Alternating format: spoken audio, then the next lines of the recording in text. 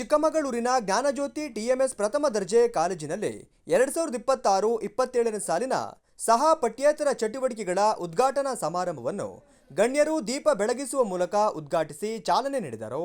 ಬಳಿಕ ಮಾತನಾಡಿದ ಅವರು, ಕಾಲೇಜಿನ ಪ್ರಾಂಶುಪಾಲರಾದ ಇಂದ್ರೇಶ್ ಅವರು ಮಾತನಾಡಿ, ನಮ್ಮ ಕಾಲೇಜನ್ನು ಆಯ್ಕೆ ಮಾಡಿಕೊಂಡು ಬಂದಿರುವ ನೀವು ನಿಜಕ್ಕೂ ಅದೃಷ್ಟವಂತರು.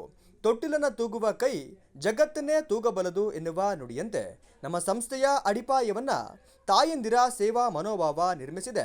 1926ರಲ್ಲಿ ಆರಂಭವಾದ ಈ ಶಿಕ್ಷಣ ಸಂಸ್ಥೆ ಇಂದು ಶತಮಾನೋತ್ಸವದ ಸಂಭ್ರಮದಲ್ಲಿದ್ದು 100 ವರ್ಷಗಳ ಶೈಕ್ಷಣಿಕ ಪರಂಪರೆಯನ್ನು ಯಶಸ್ವಿಯಾಗಿ ಪೂರೈಸಿದೆ ಎಂದರು. ತೊಟ್ಟಿಲನ್ನು ತೂಗುವ ಕೈ ಜಗತ್ತನ್ನೇ ತೂಗಬಲ್ಲದು. ಇದು ನಾನು ನಮ್ಮನ್ನೆಲ್ಲ ಬೆಳೆಸಿದಂತಹ ತಾಯಂದಿರು,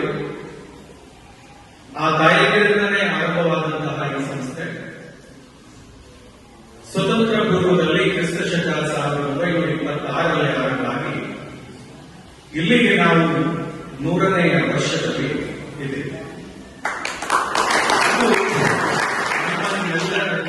ಕಾರ್ಯಕ್ರಮದ ಅಧ್ಯಕ್ಷತೆ ವಹಿಸಿದ್ದ ನೇತ್ರಾ ವೆಂಕಟೇಶ್ ಅವರು ಮಾತನಾಡಿ, ನಮ್ಮ ಸಂಸ್ಥೆಗೆ ಶ್ರೇಷ್ಠ ಇತಿಹಾಸವಿದೆ. ಅದಕ್ಕಾಗಿಯೇ ಶತಮಾನದ ಪಯಣವನ್ನ ಯಶಸ್ವಿಯಾಗಿ ಪೂರೈಸಲು ಸಾಧ್ಯವಾಗಿದೆ. ಮುಂದಿನ ದಿನಗಳಲ್ಲಿ ಸಂಸ್ಥೆ ಇನ್ನಷ್ಟು ಅಭಿವೃದ್ಧಿ ಹೊಂದಲಿದೆ ಎಂಬ ವಿಶ್ವಾಸವಿದೆ. ವಿದ್ಯಾರ್ಥಿಗಳು ಕಾಲೇಜಿನಲ್ಲಿ ದೊರೆಯುವ ಪ್ರತಿಯೊಂದು ಅವಕಾಶವನ್ನ ಸದುಪಯೋಗ ಪಡಿಸಿಕೊಂಡು ಉತ್ತಮ ಭವಿಷ್ಯ ರೂಪಿಸಿಕೊಳ್ಳಬೇಕು ಎಂದು ಕರೆ ನೀಡಿದರು.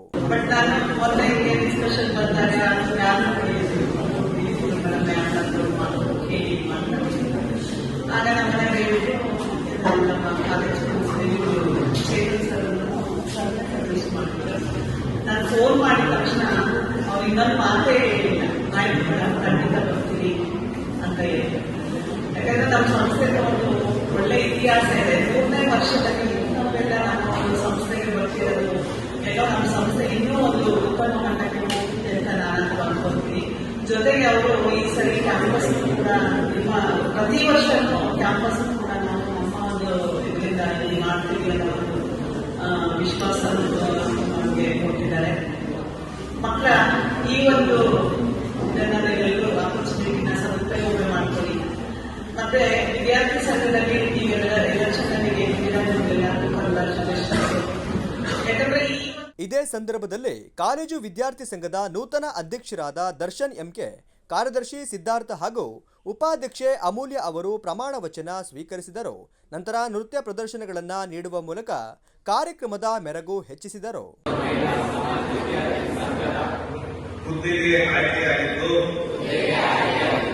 ನನಗೆ ವಹಿಸಲಾದ ಜವಾಬ್ದಾರಿಯನ್ನು ಪ್ರಾಮಾಣಿಕತೆ, ನಿಷ್ಠೆ, ಜವಾಬ್ದಾರಿಯುತವಾಗಿ